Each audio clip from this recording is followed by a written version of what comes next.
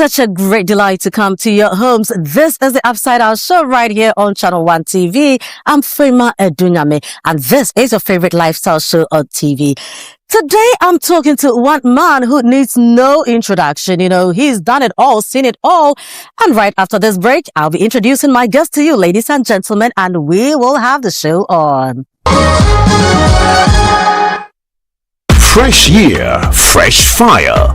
Catch 3 hot new shows every weeknight on Aquaba Magic this January. La Manor premieres on 5th January 2026 and shows every Monday at 8:30 p.m. Market Queens Season 2 is back from 6th January 2026 and every Tuesday at 8:30 p.m.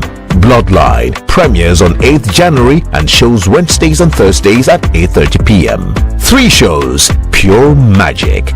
Aquaba Magic, Ghana's most loved storyteller.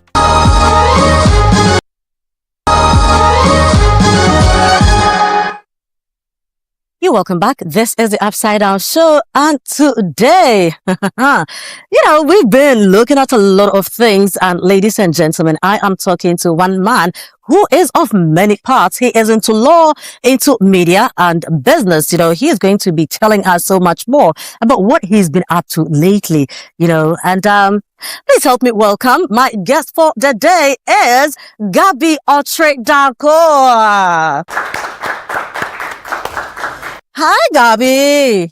How are we doing? Super awesome. Good to see you. Great to see you too. How you doing? Well, trying to look as good as you. Oh, nice suit. But, well, I'm not surprised. Yes, my tailor is Ghanaian, actually. Oh, somebody did this in Ghana? Yes. Who is that? It's called Paul Coco. Wow. That says G-O-D. Yeah, that's his name. Okay. Paul Coco. Yeah. I mean, he's done such a great job. Absolutely. Wow. I've come up with a design with him. We call it Yapo. Yapo. The Ya is me, Yao. Okay. And he's Paul. So we Yapo. do our own brand of. Oh, he does only for guys? No, for women as well. Well, so help me say thank you to Gabby already, so when I wear my Yapo, you would know. When you're ready, I'll make sure I'll send him around to take your measure. Thank you. But how are you doing?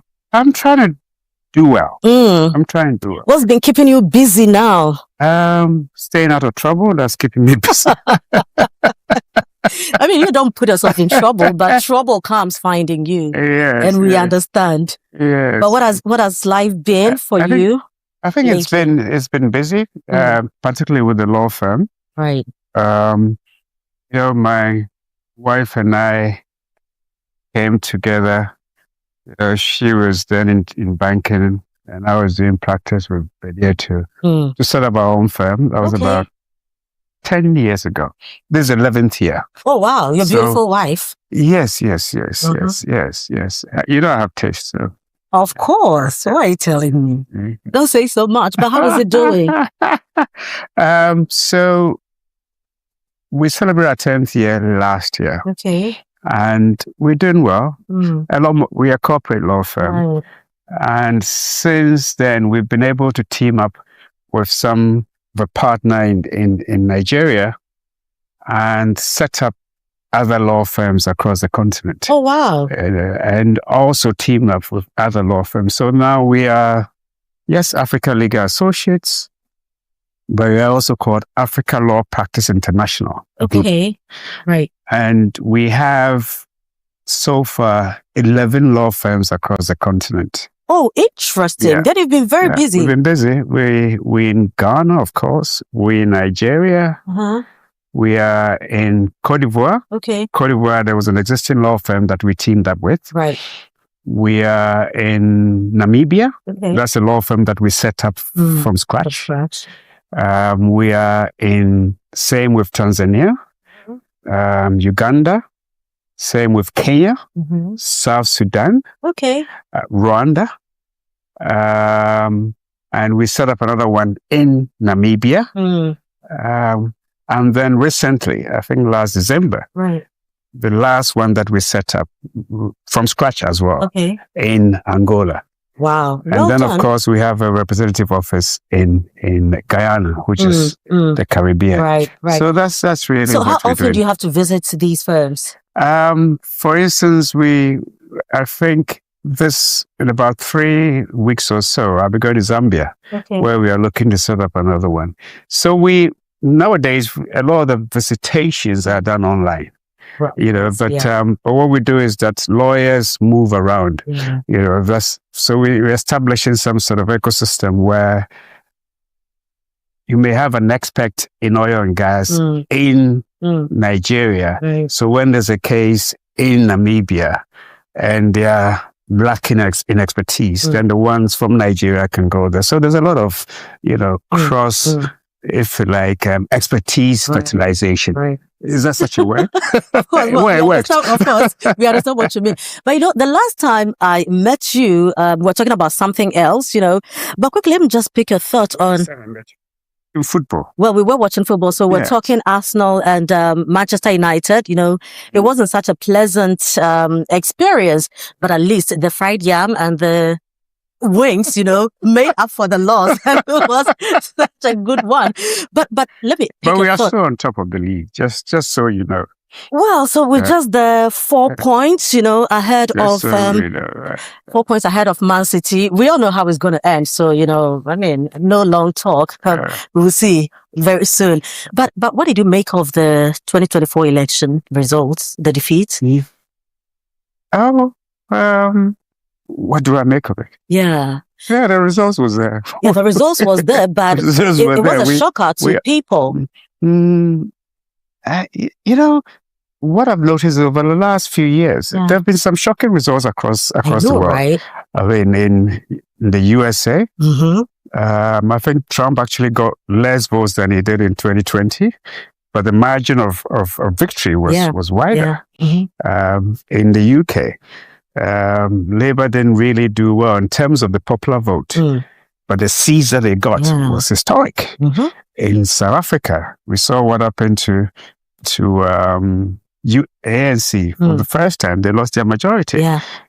We saw it across, whether it's in Botswana, across the world. I think it was really this, as the Germans would call the Zeitgeist, the timing, the spirit of the moment. Exactly. So I think if you look at it from that perspective and you see what happens elsewhere, or what happened elsewhere, then you can understand it. But of course, the results were quite shocking. Yeah. But let's also look at your media journey and your media business and all that. Share your journey with us in media. You've come a long way. Yes, in fact, I think I started with law and dropped law and went this way of media. Right. Okay. And practiced it in England, in Europe, and then came to Ghana, and then, of course, was editor-in-chief of The Statesman, which was quite an interesting job, because I turned into a daily newspaper which still couldn't pay the bills. So you have to work elsewhere, but still run a newspaper. And then, of course, now we have Asase. I don't even know why I put that burden on myself. What do you mean? but it's the where you are in the media space. It has changed. Yes. It has changed in the sense that because of the social media. Yeah. All right. And if you don't find a way to adapt, you may be lost completely, because there are other ways through which companies can reach their audience. Yeah. So it's a very difficult space, and especially for starters. So, well, for starters like us, But I think we've done well over the last 5 years, But every month you have to find money to pay stuff. It's not easy. Yeah, but social media is free for all. So even if you are into traditional media, you still can find ways to maximize what you are doing on social media. Yes, so, you can do so. And I think also, we didn't start organically because you were coming in new. So you wanted to to basically come with a bang and then find a way to grow from there. And I think in that sense, I mean, we have presence in central region, we have presence in Ashanti, in northern region, and of course in Greater Accra, and then the tree one. And I've noticed that actually the tree ones also work pretty well in terms of patronage. I see the English stations set the tone in terms of the narrative. Yeah. But the tree ones make money from what you said. The tone Because they can tell the story better and add all the goodness and everything that comes with it. You know, you can't say too much, but it is what it is. And I don't know what that means to you in terms of who we are as a people receiving this, whatever information has been put out there. Because, you know, sometimes you sit back listening to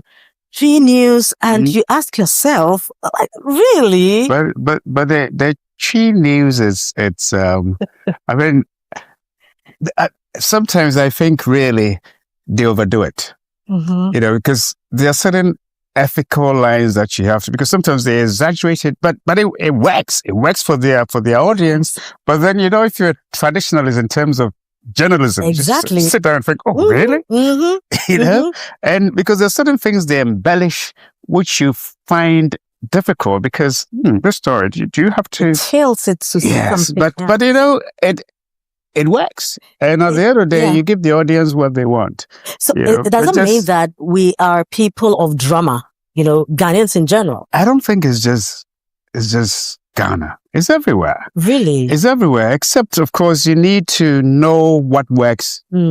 Wherever you are. I mean, look, whether you are in the US, whether you are in Europe, whether you're in Japan, tabloids, the tabloid newspapers, they make more money than sometimes the broadsheets, as they call them. Because the tabloids know how to, I mean, Sun, some people used to buy the Sun newspaper in the UK because page 3 had a woman, you know, exposing her sensationalism her big and all stuff, that. You know, because page 3 was, people buy the newspaper just because they want to see. Page 3 inspired. Yes. Page 3 had these women, you know, half naked. And that was, until I think recently they probably toned down. But that's what they wanted. So the Sun was the biggest newspaper, selling millions of copies because of that. So sensationalism sells wherever you go. But I think really now, because of the new media, and people don't have to live programs, people don't really watch or listen to much, but demand is demand driven. They can go back on social media and watch something that they missed. You know, so it's really how and then of course you may take your time to do all the research and get the substance out, and then somebody, a blogger, you know, maybe just having some iPhone, will make the news out of it. But you've done, and sometimes come to excerpts from you. No, you have done all the research. You have spent all the money, all the resources to get the content. And then they pick the bit that's sensational, and then they'll be showing it with their little photo at the bottom. Even credit they haven't done anything. Nothing. They sit at home, you know, and have content. And some of them, they just have the content there with their video, which is like they are the ones sharing it. Right. But you don't get nothing out of it. So anything out. Now, observing all these, how should we position ourselves, you know, as traditional media houses? That's a good question. I think perhaps maybe we should sack all our stuff and also just get someone with a phone. Somebody needs to do the right thing, you know. Somebody has to do it. Yeah, because so we are thinking, should we also have bloggers or vloggers? Is that where we should also go? To? Maybe that's where we should go. Yeah. You know, because that's all they do. They just have, you know, the camera, a tripod and the phone and power bank and charger. That's it. Yeah. You know, and then the content, there's not much. And now it's even just a video of people. And you know, a lot of people, prominent people, actually go around with their own person with a tripod or whatever you call it. Yeah. Okay, taking videos and then posting it. Exactly. You know, it's as if substance is lost. It's gone. But the people like nobody that. has time for substance. No. That's So where is this leading us? You know, you have this, if like we are bombarded with a lot of information and also now because of AI, you're not so sure what is real and what is unreal. Because now I see a video and I'm asking, is it real? It's so scary. It is scary. And you know, and it's easy to actually destroy people. Exactly. By just creating this AI image. And now if you do something that is even embarrassing, you can come out and say, well, it's not me. AI. It's AI. Yeah, I mean, that's the good about that. You know? Exactly, the positive aspect of that. But as you rightly mentioned, in a space where we are not able to regulate, you know, what goes on social media, what do we do? What do we do? I think, you know, first of all, technology is always ahead of regulation. Yeah. I think we need to bear in mind. And I think there's and we are getting there where there's some sort of self-regulation, not with those who put out the content, but with those who receive the content. Right. You know, because you look at it and say, oh, this may be just for laughs. Yeah. You know, so I think that's really happening. And, you know, if you get into the area of regulation, if we are not careful, then you stifle also freedom of speech. So it's really, but it doesn't mean that freedom of speech means that you can get away with whatever you want to. Because now they put something on social media or on a website about you. It can destroy you because it stays there. Yes. And people Google, you're trying to do some business elsewhere, they Google and say, oh, this is what we are Frema. seeing. Yeah. Yeah. In fact, that's my social media handle anyway. This is Frema. This is Frema. Yeah, but then maybe what they are seeing as Frema is not Frema. It's not correct. But it's someone who's put it out there. And because it's sensational, it's been shared. You know, so that becomes you. Yeah. And it's not actually you. Yeah. And then when you try to correct it, it has not the same traction. True. Because it's not sensational. Bad news sells, you know. So should we be suing? What should we be doing? I think sometimes, and you know, and I've, even with me it happened. Sometimes, you know, you need to, Darocha, you know, you remember BJ Darocha? He said something to me some time back. He said he made a mistake and it cost him his freedom. There was some publication, I think, in front of Daily Graphic. This is early 70s about some allegation and he rubbished it. But when there was the coup, those who did the coup used that to put him in jail. You know, he was detained for a few years. Yeah. Okay. And so for him, he said, look, whatever is said about me, I'll find a way to respond. But sometimes your response is what gives it traction. Exactly. You know, so actually making that decision itself is difficult. But you look at it on a case-by-case basis. There are certain things I respond. There are certain things I even will go to court and sue. Yeah. You know, but because you know, we do business internationally. Yeah. Maybe you're trying to raise money to do something because you're trying to do some project in some country. And then they will pull all the stuff that's said or written about you. Yeah. Okay? Because they're doing due diligence on you. Of course. And you have to respond to every single one. And that is when you are even asked to respond. Yes. Sometimes they do their own background checks. Absolutely. They won't come back to you again. They take a decision based on that. Yeah. You know, but of course, in some cases, then they will send a letter to you and say, oh, can you respond to all these things? And you have to respond. What did you do about this allegation that was made about you? And if you didn't do anything, then it creates the impression that you validate it. Absolutely. So it's a difficult so if someone is thinking of going into the media business today, I mean, you have done it from print to electronic, you know, and the money is not really coming in. Somebody wants to go in. What advice would you give them? I have a son who will be 11 years old now. You know, they call him my pension baby. And when he was 7, I asked him, what does he want to do? He said he wants to be a YouTuber.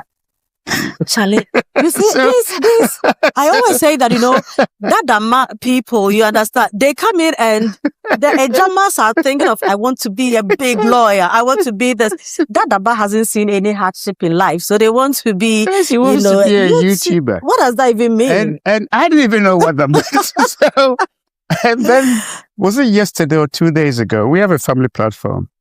I saw there's this guy who made money by saying nothing. What's his name? Oh, yeah, I think it's Kenyan guy or American, that tall YouTuber. Yes, he was unemployed. Kali or something. And they started making money. And apparently he has sold his company for 900 million. Yes. So I put it on the family platform and I said, Nanako, it looks like you knew what you were talking about. Now, you saw iShowSpeed was in Ghana. Yes. And apparently he just does crazy things. Exactly. And I didn't know about iShowSpeed. But so I asked my son a few days ago, I said, do you know iShowSpeed? It is, he's 10. He said, yes, I do. No, you're too old for that.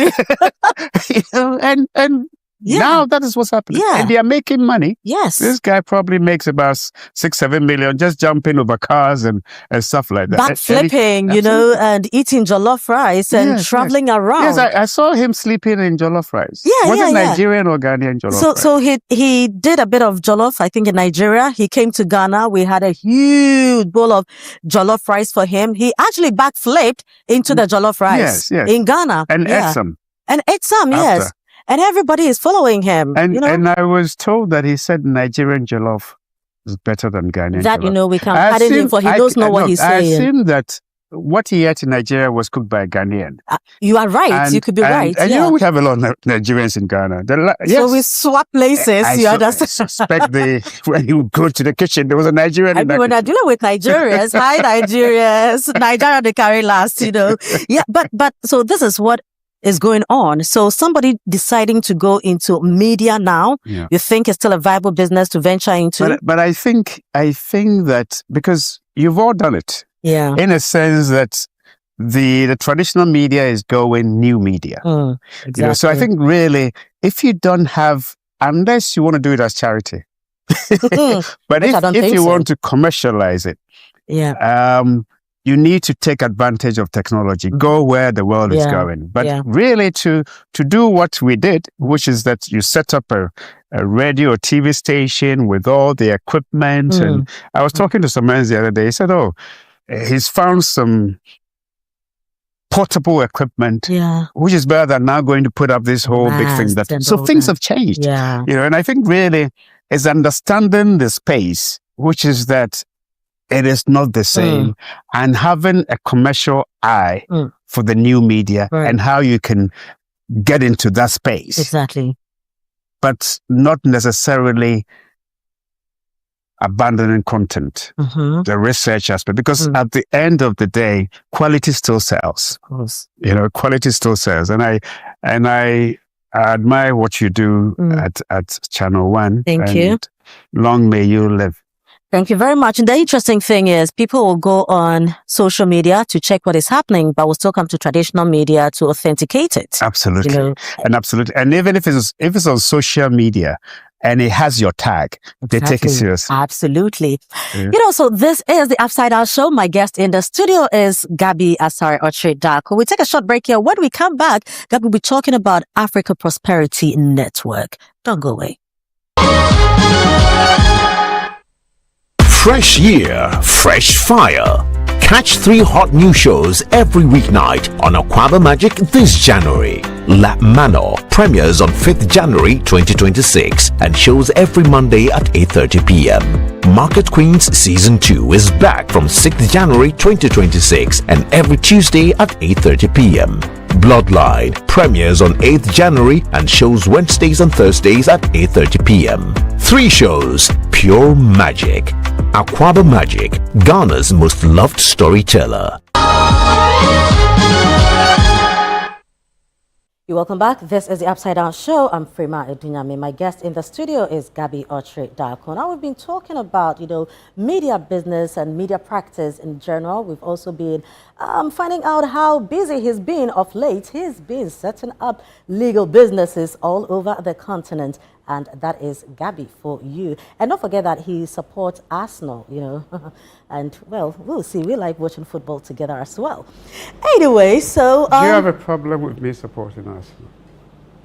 I'm not sure what your inspiration is in supporting Arsenal. Fortunately for me, my son, the youngest, supports Arsenal. The big one also used to support Leicester. Don't ask me why. But he's also Arsenal. And I keep telling my daughters, one is Chelsea and one is Arsenal, that if you have to find a boyfriend, get an Arsenal supporter. Because the thing is, we are extremely loyal. In sickness or in health. That I agree. In defeat or in victory. That I agree. Have you heard Kofi Kinata's song? No, I think it's Broken Heart or something. He says, in fact, so he says, and at some point he says that, in fact, may an Arsenal fan, it means broken heart. Because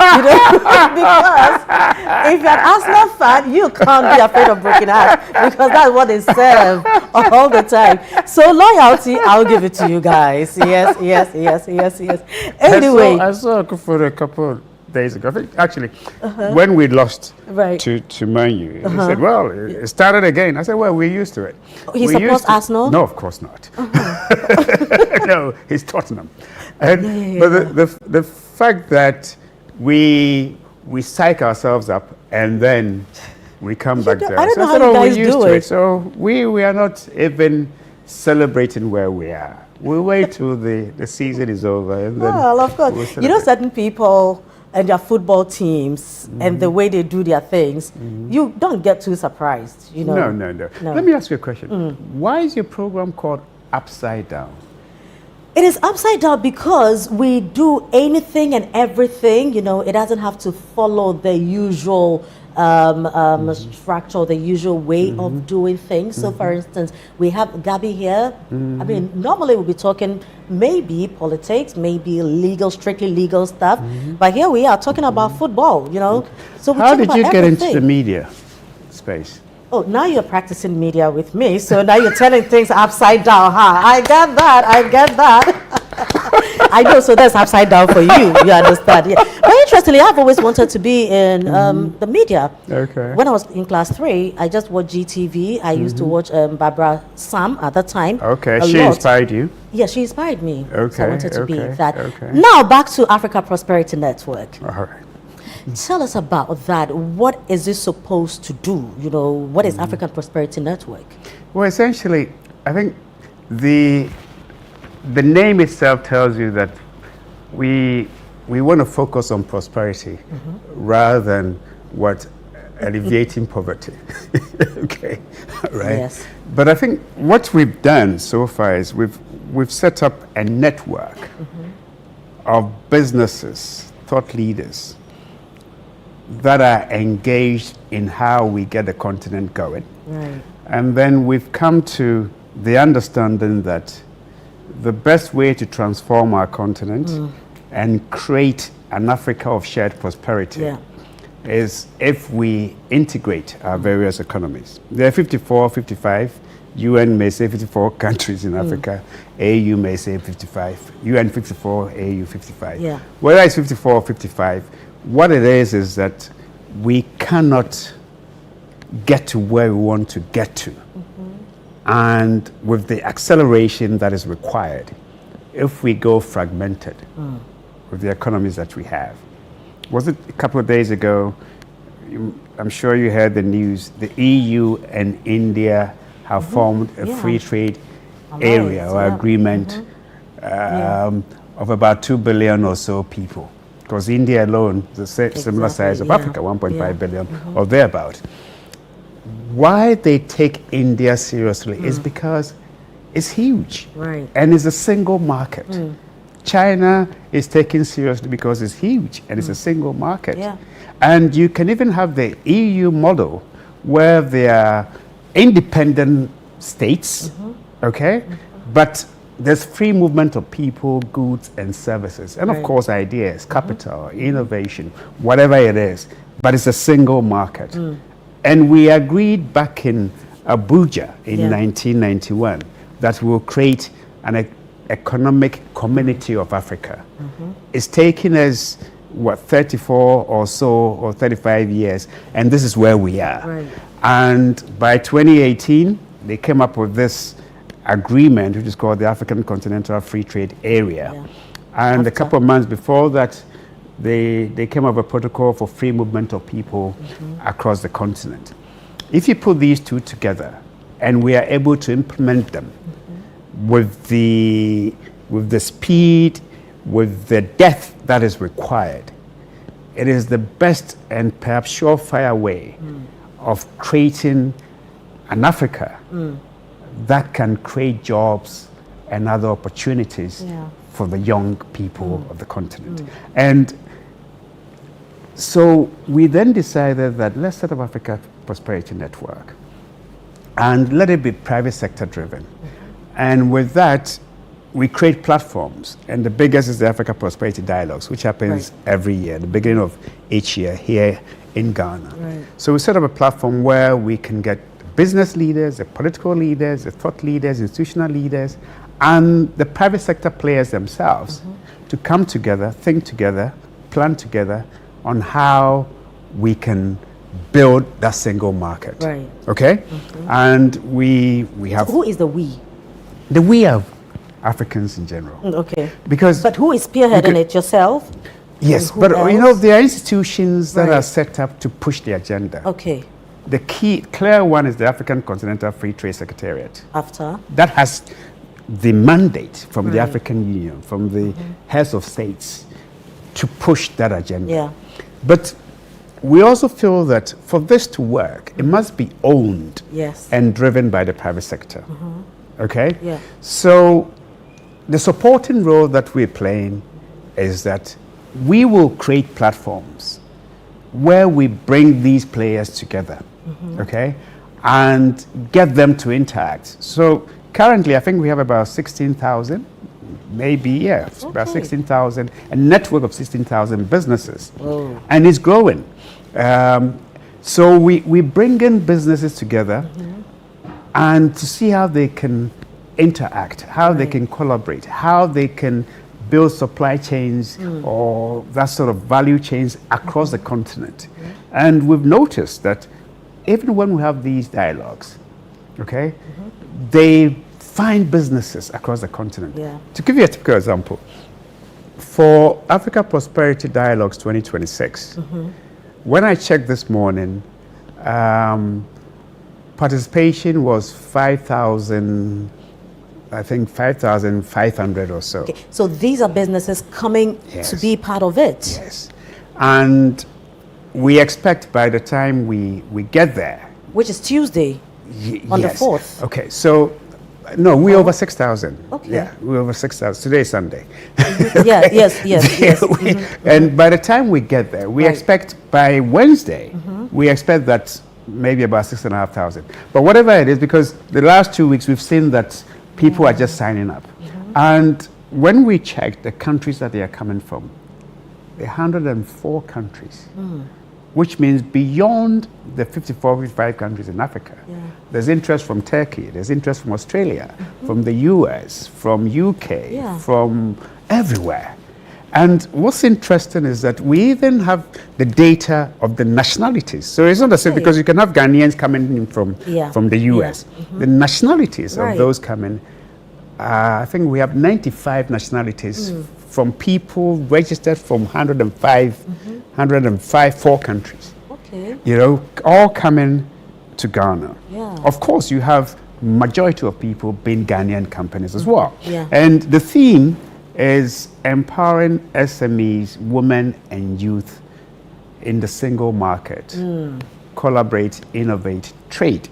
Okay. Now the idea is that if the single market is to work, it must be inclusive. Exactly. And for a continent where 80% of employments are created within the SME sector, for a continent where 90% of businesses are within the SME sector, for a continent where I think 83% or so of our GDP is within this sector, if you're going to build a single market, then you must engage them, they must own and drive it.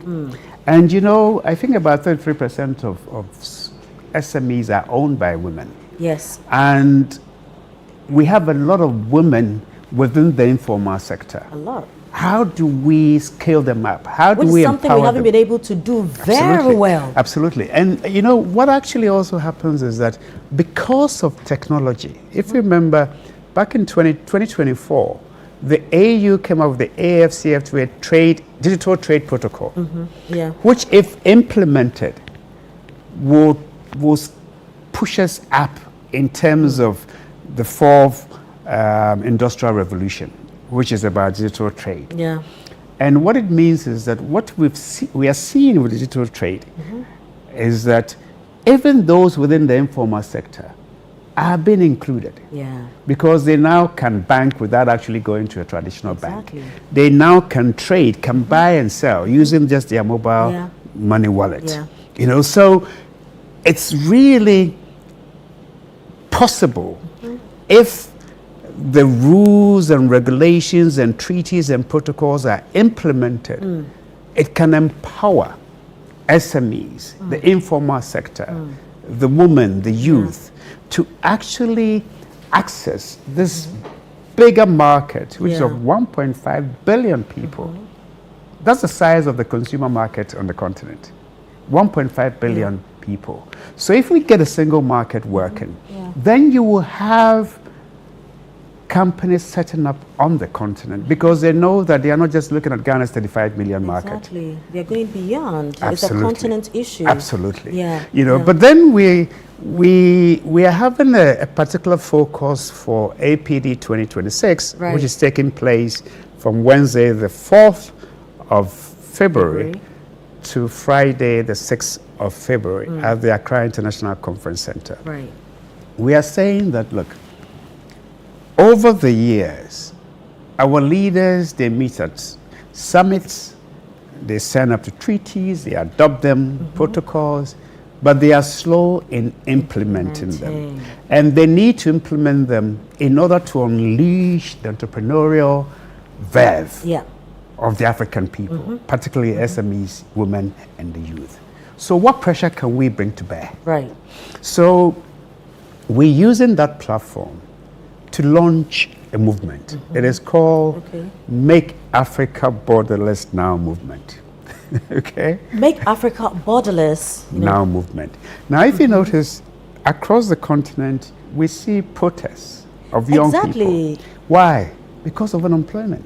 And our economists don't have the capacity, okay, to employ these young people, educate the rest of it. But if we make it possible for them, or we make it possible for businesses to scale up and see this broad market of 1.5 billion as a market of theirs, so they can access the market. If we do so, then we can create the jobs or job opportunities. But you know, how easy will this be, you know, to achieve this? Because you have cases where governments are protecting their markets, and so the bigger ones tend to bully the smaller ones because they feel they have the people, they have the space and what it takes. I don't know how easy this is going to be to create that borderless, you know, so this is how we are looking at it. We are not saying that we are going to compel them to do something that they haven't thought about, something that they haven't signed up to. Okay? So we take the Abuja Treaty, for instance. The Abuja Treaty was signed in 1991. It said that within 34 years, and they said that in 1994, after they signed up in 1991. Within 34 years, they'll have a custom union within Africa, which means that there'll be no tariffs. You can go through your goods and services can go through the borders easily. They haven't implemented it. Okay? And the 34 years ends in 2028, 2 years away. So you signed up. So we are now saying that, look, you've signed up to it, implement it. Yeah. Okay? In 2016, they then launched the African passport, AU passport. Okay? Where is the AU passport? I happen to have a British passport next to my Ghanaian passport. Right. Once I leave ECOWAS, the British passport takes me further across Africa than my Ghanaian passport. I can get to more places in Africa without a visa with my British passport than my Ghanaian passport. Why is that the case? When they are actually adding more layers to their walls to stop us from entering Europe, to stop us from entering the US. Okay? You know, I mean, I notice US is very icy now. Apart from the weather, there's also ice chasing people. Extremely icy, you know, extremely icy. Not just the weather, but they are taking people out of it. People can't even go out and it's not a snow. Absolutely. It's not just the snow, because they are afraid to be arrested and sent back. Yes. You know, so if that's the case, then why should we also allow these borders that they created for us? When they met in Berlin in 1884, 1885, because when you look at it, over 90% of the borders that we protect these days, with all our sovereignty, were created by the colonial powers between 1884 and I think 1924. They created, and then we are protecting them as if our destiny depends on it. But it is what is arresting our destiny. Because we are protecting things that don't allow us to unleash all the opportunities that are there for us, especially for the youth. So we're saying that we will launch this campaign, and we are seeking to amass 10 million signatures within 12 months. Right. And then present that to our leaders when they meet in Addis Ababa in February 2027, and say that, look, the African people, particularly the youth, they are saying that these are the things that you've signed up to. We want free visa traveling across Africa. We want to be able to purchase, buy and sell across borders using just our mobile money wallet. Because if I'm a fashion designer and I put something on Instagram, I want to make sure that someone in Kenya, if they want to buy, they can just use their mobile money wallet, buy with their shillings, and then I receive it in my CD. Easily. Okay? So you can imagine how that can create opportunities for this 1.5 billion consumer market. And beyond that, once we create that demand and there's a supply within our continent, it gives the incentives for investors to invest in the transport and logistics that are required to make sure that the things get to the buyer, from the seller to the buyer. How old is APN, and how long has the APD been going on? APN has been on since 2022. Right. We had the retreat at Rock City with that's APN and AFCFTA, and then we had some people from the presidency at the time. We had Kore Suman and Asante Bediatu. They came, and then we had Wamkele Mene and his staff. Right. And then we then thought about how to create this platform, and then we have created it. First one was supposed to be in October, but was shifted to January 2023. So this will be the fourth one. Okay. And it's an annual event, and essentially, so we will have about 12 items. Okay. That will be part of this year-long campaign. Right. And we believe that if we can gather the 10 million signatures, fortunately for us, President John Mahama is expected to be the chairperson of the AU. Okay, yeah. Then. Okay. So we are quite positive that he will warmly receive the petition, and then we will mount the pressure from at least 10 million voices to say that implement these things. You know, so last year with the dialogue, I was very excited to see the new government, you know, get involved. I saw the president, you know, joining. And I told myself, you know, for once, I'm seeing something that we are not doing NPP, NDC, MPP. I mean, this is a national call that will benefit Ghana if we position ourselves properly to take advantage of this. How should we, as a nation, position ourselves? We are described as the gateway to Africa. I don't know if we still are, but how do we champion this? This is Ghanaian, inspired. How do we move on and take advantage of it? Absolutely. The gateway is good, but then they can come through the gate and then go elsewhere. So I think Wamkele Mene described Ghana as the commercial center capital of Africa. And he said that because the AFCFTA Secretariat is here. Okay, so it also makes tragic sense for us to host the dialogues that bring together, private sector, public sector. So it made sense that way. And fortunately, we enjoy the patronage of the president and the presidency. And that has continued because the presidency is an institution. And we're also glad that President John Mahama looked beyond Gabby States. Okay? And what people don't know is that I was actually engaging him and Dr. Bawumia. Okay? Before the 2024 elections. Oh, really? Because I knew that one of them would end up being president. Of course. And I wanted assurances that this will continue because it's for Ghana. It's not for any political party. And fortunately for us, John Mahama himself considers himself as a big Pan-Africanist. So it was quite easy to do so. But we needed to be careful.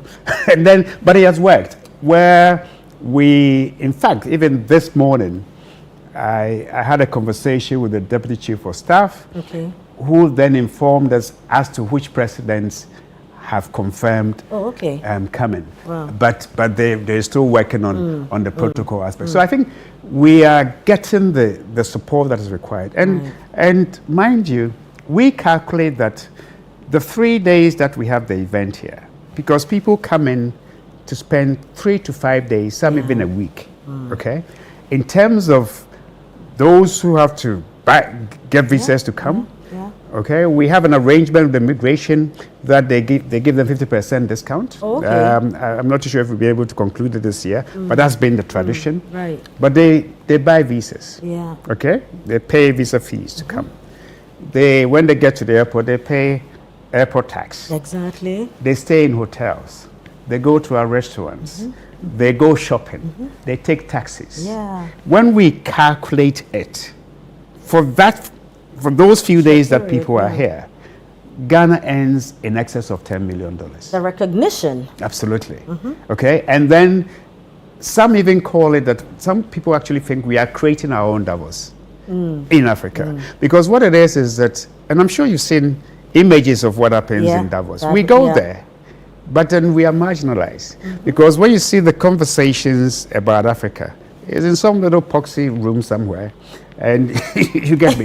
We are not on the big stage. And of course, why should we be? Because we are not the agenda. So let's create our own agenda, set our own priorities, and make sure that we can mobilize the private sector players, those who will make this single market work. Let them work together. Let them collaborate. Let them find ways in seeing how they can leverage on each other's expertise, business network, and value chains, and then we build a single market. If we don't do so, we're not going anywhere. But we have the opportunity now to make sure that the Africa we want, the so-called Agenda 2063, we're not going to wait till 2063. And if we're going to get to 2063, it means that by the time we get there, I'm not too sure you'll be there in 2063. I'm not too sure. Would you want to be there in 2063? How old would you be? You don't have to tell me, but I'm sure you'll be over 90. 20, but 90, I mean. 100. You'll be over 100. I'm sure. 100 guys walking around, Okay, but whatever it is, Agenda 2063. Let's implement it now. Let's put the impetus that it requires now, because if we don't, within the first decade of this AFCFTA, if the African people cannot feel its relevance to their day-to-day life, it will die off. Exactly. So I was going to ask you the future of APN, so we are trying to bring in or also think about the informal sector. We are trying to think about all levels of businesses and all. AFTA trying to do it, AU trying to do one thing or the other. It looks like a lot of the things that they've spoken about still on paper, waiting for implementation. What does the future look like for APN? I think for APN, what we want is to have an impact. We want the things that we talk about all the time, we want them realized. So for instance, we were part of the campaign for continent-wide mobile money interoperability. We managed for it to become an item at the 6th AU Media Summit coordination meeting. And they gave themselves, they said by 2027, they endorsed a report which said by 2027, we should implement continent-wide mobile money interoperability. And this came from an APN dialogue. And then after that, there was a symposium of all the players. We brought in the telcos, Safaricom, MTN, Vodafone, Telus, all of them, and the regulators and the central banks. Okay? And we gave ourselves 2027. But the most important thing is that you need the policymakers to adopt it. And that report was accepted. It was presented by the Ghanaian president at the Media Summit in 2024, and it was accepted. Now, the pressure that we need to bring to bear is that you said 2027. Let's implement it, because the only thing that stops it is not the technology. Right. Okay? It is the political will, the political courage to implement it. And that's why we think that Pan-Africanism, as we all know it, over the last 100 years and beyond, has been, to a point, a pastime of the elite. The intellectual elite, the political elite, you know, they talk about Pan-Africanism. It's never been owned by the people of the continent. But we are saying to them that own it. Because the way to realize this Pan-African dream is through unification, and that unification, the easiest route is through economic integration. Absolutely. So you, the people, is meant to benefit you. Own it, drive it, demand it. And you are not demanding something that is new to them. You are demanding something that they have adopted, signed up to, but they have not had the courage to implement. So push them and say, your promise, deliver. It's a manifesto that you have, you have signed up to. And pushing them to do, we shall. You know. Gabby, how do you relax? You know, you are too busy. So you are doing law, you are doing now APM, APD is around the corner. How do you relax? What do you do? Unfortunately, I don't smoke, I don't drink, I don't like parties. So what do you do? What do I do? That's a very good question. I spend time with my family. Okay. I have a few friends. Including Samens. Yes. How unfortunate he is. Yes, no partner. You love listening to music? I do. What do you listen to? I listen to reggae. Okay. I listen to jazz. I listen to... Listen to high life? The old ones.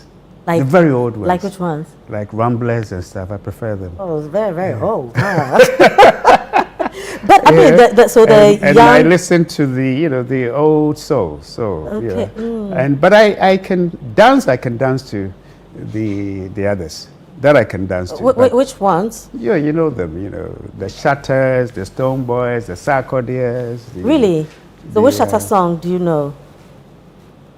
Shattawale. You know, taking over with the show, guy. Yeah, I know that. Which Stone Boy song do you listen to? Oh, plenty. Like, I believe in Africa. Okay. I believe in Africa. Africa. No, Africa is really on your heart. Africa is really on your heart. And Sak, do you listen to gospel, Ghanaian gospel? Gospel? I do. I do, but sometimes I do. You have favorites? But the Daughters of Glorious Jesus, the Tego Sisters. Not too sure. I'm not so sure, but yes, I do. I do listen to them. You know, they can be Inspiring. Absolutely, Yeah, they you can know. be nourishing. Put you in the mood. But yeah, I do listen to music, but I like actually background music. Okay. You know, like I'm reading and there's some background music, Something that kind of calm, thing. you But you know, but I love my reggae. I love my jazz. Okay. Especially the female singers. Okay. You know, I love them. Your favorites? My favorites, I like Diane Reeves. Okay. I like Nina Simone. I like who else? Especially the very old ones. You know, and I think I was born in a different generation. It looks like, you know. And the interesting thing is my kids can sing to them because they've been... That's what Daddy is serving them, you know, so we don't have a choice now. So you have to like it. And the reggae?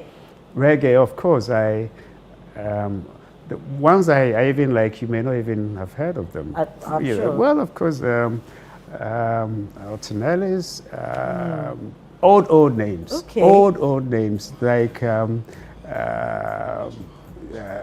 who else? Cocotte. Okay. There's some names you may not even have heard of. Well, I'm sure maybe the next time. Dennis Brown, of course, you've heard of Dennis Brown. Yeah. I think we need a session, you know, on that reggae and stuff. And then, what's your favorite local Ghanaian food? I can eat banku. You know, I'm a pescatarian. What does that mean? It means that I remember I said it to someone. I said, "Oh, is that your church?" It means, like you're not Presby, not yet. It means I eat seafood, Okay. you know, fish, stuff like that. I was a vegan in the 80s. You were? Yes, I was a Is that why you vegan. look the way you do? I was a vegan in the 80s, and I became a vegetarian in the early 90s. Okay. And then I now added fish and seafood. So you for don't the last... do red meat?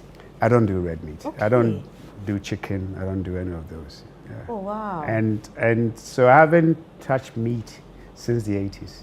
So you prepared the meat and the chicken for us to eat, and you did not eat some. No. But that's not fair. You should have told us when we all ate the fried yam. But you saw me eating the fried yam. So. Yes, I did. But in my mind, you add meat to it, you know. Yeah. But it was very good. If you didn't eat that, it was very, very good. But, well, so Gabby, we can go on and on and on and on, you know. But just quickly before you go, the APN is happening, APD is happening on Tuesday to Friday. Wednesday to yes, Friday. Wednesday to and Friday. then we have the Africa Prosperity Champions Awards and Presidential Gala Dinner.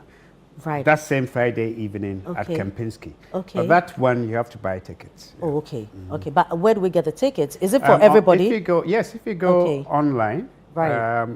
AfricaProsperityNetwork.com, Okay. you can get your tickets. That's if there's Awesome. some available. Yeah. Charlie, I doubt, but you can try. So we probably might meet at Kempinski, you know. But before then, let's go and listen to the dialogue. Accra you know. International Conference Center. Exactly. I think AICC. Ghana is for us. Africa is for us. It's about time that we take charge. You know, nobody's going to build it for us. Africans must build Africa, right? Ghanaians must build Ghana. Gabby, thank you very, very much. Thank you, Frema. Thank you. Thank you. Okay. Are we supposed to dance? Yeah, we can do this upside down, of course. I'm supposed Yeah, to. yeah. This is you're dancing jazz with.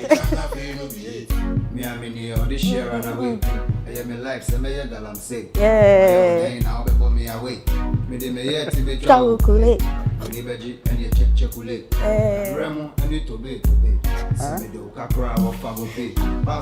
Are you happy? Am I doing More it? than happy. Yeah, you are doing it well. But, yeah, that's what I'm talking about. Gabby, thank you very much. You know, so this has been the Upside Down Show. My guest, Gabby Asare-Darko. Now, I'm sure that when you hear the name, you know him much more. And of course, you also know what he's been doing lately. And this is how we can all contribute in building our nation and building our continent. Thank you very much for being my guest, Gabby. Thank you very much. I'm Frema Adunyame. See you next time.